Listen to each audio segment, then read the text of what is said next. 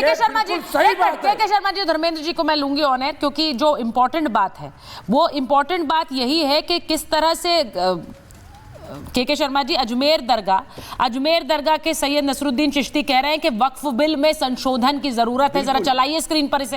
वक्फ संशोधन बिल सुनिए ना, पारदर्शिता लाएगा। अच्छा, उनका कुछ नहीं है, उनका कुछ नहीं है। एक मिनट सुनिए ना, कौन कौन समर्थन कर रहा है।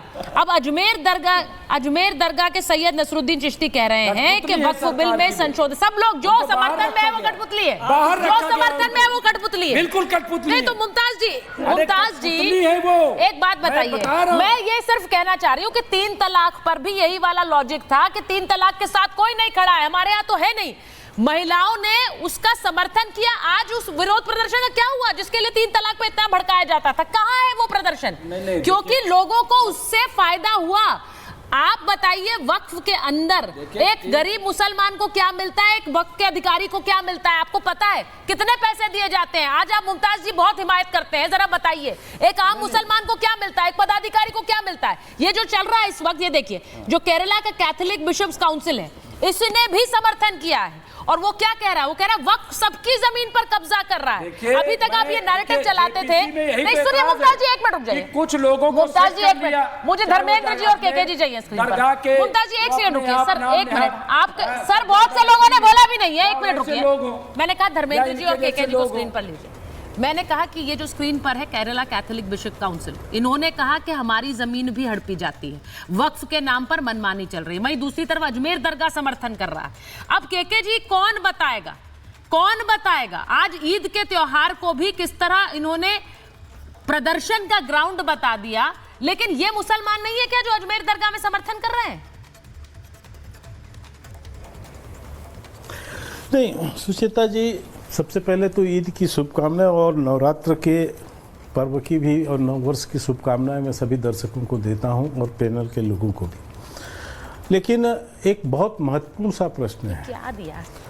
मैं उस प्रश्न पे आपका आऊंगा जो आज प्रदर्शन और जो एक बहुत निंदनीय कृत्य जो लोगों ने करवाया है, जो राजनीतिक दल इसके पीछे खासकर विपक्षी दल लग के और देश में अराजकता का माहौल पैदा करना चाह रहे हैं।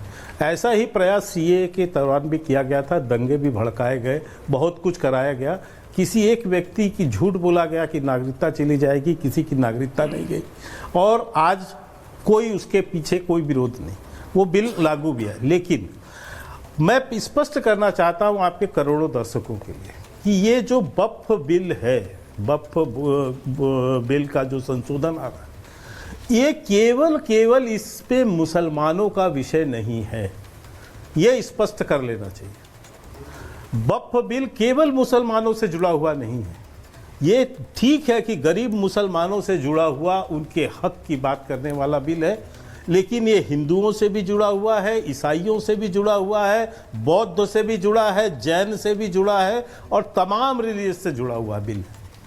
और इस सबसे बढ़कर यह राष्ट्र से संबंधित बिल है, क्योंकि इसमें जो प्रतिवाद है और जो विवाद है, वो विवाद से 2-4 चीज़ें इन्वॉल्व है। बहुत सी सरकारी ज़मीनों पर वक्फ का एक तरह से हक जताया गया है। आपने सुना सूरत के, चाहे महानगर पालिका विषय हो, इलाहाबाद का कोर्ट का मामला हो, तमाम हो, ये सब राष्ट्र की ज़मीन है। तो ये सबसे जुड़ा हुआ बिल है। लेकिन इसका नैरेटिव विपक्ष क्या बनाती है कि ये मुसलमानों का हाँ। ये प्रोपोगंडा है, और ये प्रोपोगंडा बनाकर ये कोशिश की जा रही है कि एक वर्ग विशेष के लोगों को भड़काया जाए। जबकि आपने अभी 2-4 उदाहरण बताए, लेकिन जो जेपीसी की कमेटी थी, उस कमेटी के साथ जो लोग आए, जो मुस्लिम स्कॉलर आए हैं, जो तमाम संगठन मुस्लिम धर्म के अन्य धर्मों के आए हैं, वो बड़ी मात्रा में वो इस बिल का समर्थन कर रहे हैं। ये वो कुछ तुच्छ से कुछ जो बहुत निचले स्तर की राजनीति करने वाले विपक्ष के, जो तुष्टीकरण की राजनीति करते हैं, उन लोगों ने लोगों को भड़काया है। मैं 2 बात स्पष्ट कर देना चाहता हूं, इसमें किसी भी तरह के वक्फ बोर्ड के रजिस्टर्ड, जो कि पहले बिल में स्पष्ट है जब पेश हुआ था, जेपीसी के बाद तो अभी आने वाला है बिल, लेकिन जो पहले बिल पेश हुआ था उसी में स्पष्ट है कि किसी भी जो धारा आर्टिकल जो 40 था, जिसमें वक्फ को एक असीमित अधिकार दिया गया था 2013 में, जब कांग्रेस की सरकार ने दिया कि आप कहीं भी खड़े होकर कोई भी कह दे कि ये वक्फ की जमीन है, तो ये वक्फ की हो जाएगी, और जिसके ऊपर ये दावा कर देंगे उसको ये साबित करना है कि मेरी जमीन वक्फ की नहीं है भैया, मेरी जमीन मेरी है।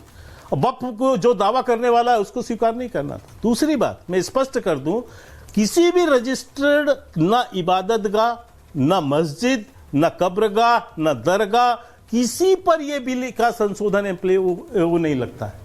ये उन पर है, और जो वाद विवाद न्यायालय के अंदर है इस समय, उसका भी निर्णय न्यायालय करने वाला है। ये आगे के लिए ये जिस तरह की जो असीमित अधिकार हैं उन पर ये संशोधन है, लेकिन इसको किस तरह एक झूठा नैरेटिव दिया गया है हमारे पूजा पद्धति पर। आपके लिए के शर्मा जी, आप लोगों के लिए मुश्किल है, ये झूठ बोल। जरा हिंसा की तस्वीरें रखिए स्क्रीन पर आज जो हुई है। अनिल, समाप्त करता हूं मैं आपसे सिर्फ ये कह रही हूं के शर्मा जी। हाँ, देखिए ये हिंसा की स्थिति क्या है। जी मैं इसी पे बोल रहा हूं। आज जो लोग यहाँ पर जय फिलिस्तीन का नारा लगा रहे हैं, अनिल तस्वीरें चलाइए, उसके शुरुआत करने वाले ओवीसी हैं। ओवीसी जो है सदन के अंदर जय फिलिस्तीन का नारा लगा, ये वही ओवैसी है, याद रखना चाहिए, जिन्होंने वंदे भारत यानी वंदे मातरम कहने के लिए या जय भारत माता कहने के लिए कहा कि कहीं संविधान में नहीं लिखा है, लेकिन ये जय फिलिस्तीन का नारा लगा रहे हैं।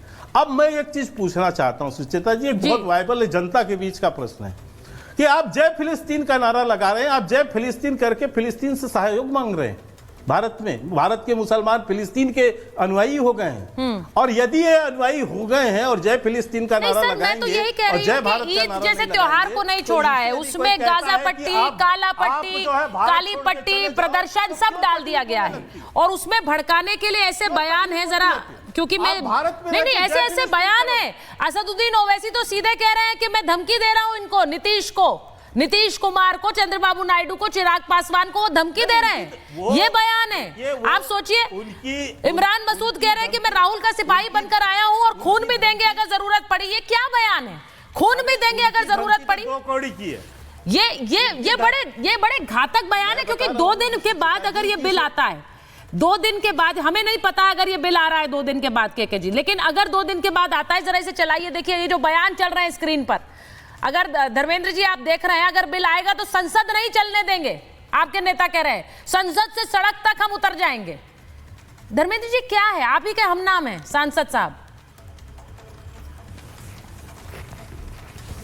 सुचरिता जी, भारतीय जनता पार्टी के मुख्यालय में बना हुआ जहर पूरे देश की मानवता को मार रहा है।